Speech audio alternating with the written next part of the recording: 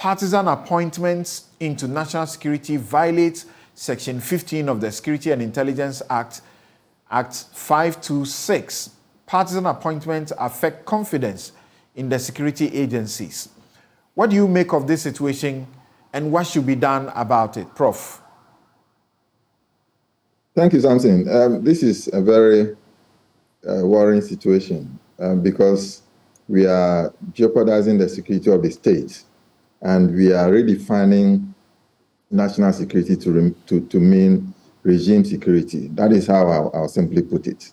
And we also look at it from not as a security, just as a security issue, but as a securitization issue, where the political power imagines an existential threat and therefore uses the security apparatus to quell the situation or to justify why more money and more resources should go into security issues. And this extends to who should go into the security apparatus, that is party apparatchik and foot soldiers and so on.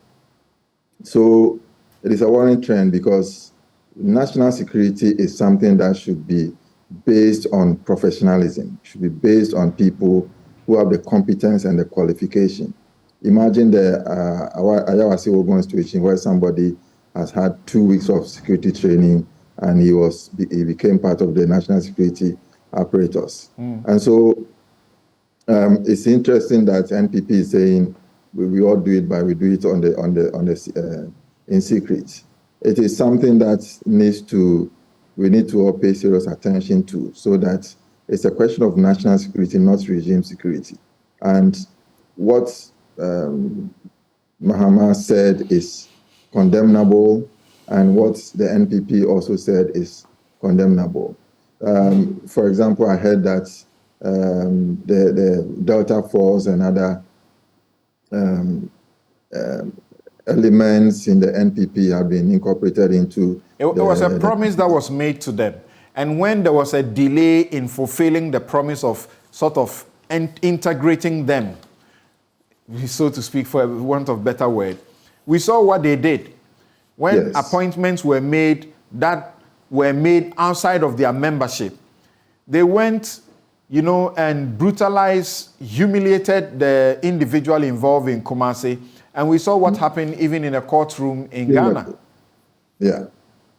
So that's what the NPP, the NDC is now saying, that we will do political equalization, and they are saying it openly.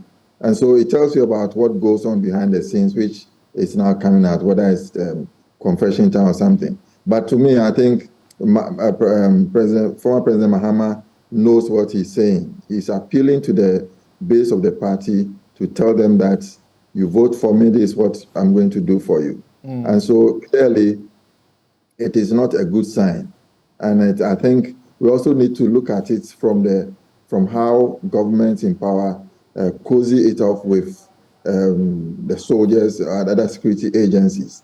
It all boils down to the fact that they'll be able to penetrate these agencies and brought in their people in there. So even when they do something wrong, referring to Ashama as a more recent incident, they are not ready to apply the whip and to ensure that discipline is maintained in the force. And that is a warning sign, because the security agencies are a critical component of our democratic system.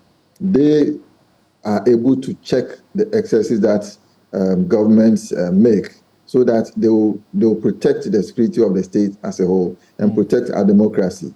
But if they are infiltrated and compromised, then there's another basis to worry about a key important element of ensuring the stability of our democracy being eroded. Thank you very much for your time this morning, Professor Kwadwo Appiagyei-Atua, Associate Professor at the University of Ghana School of Law.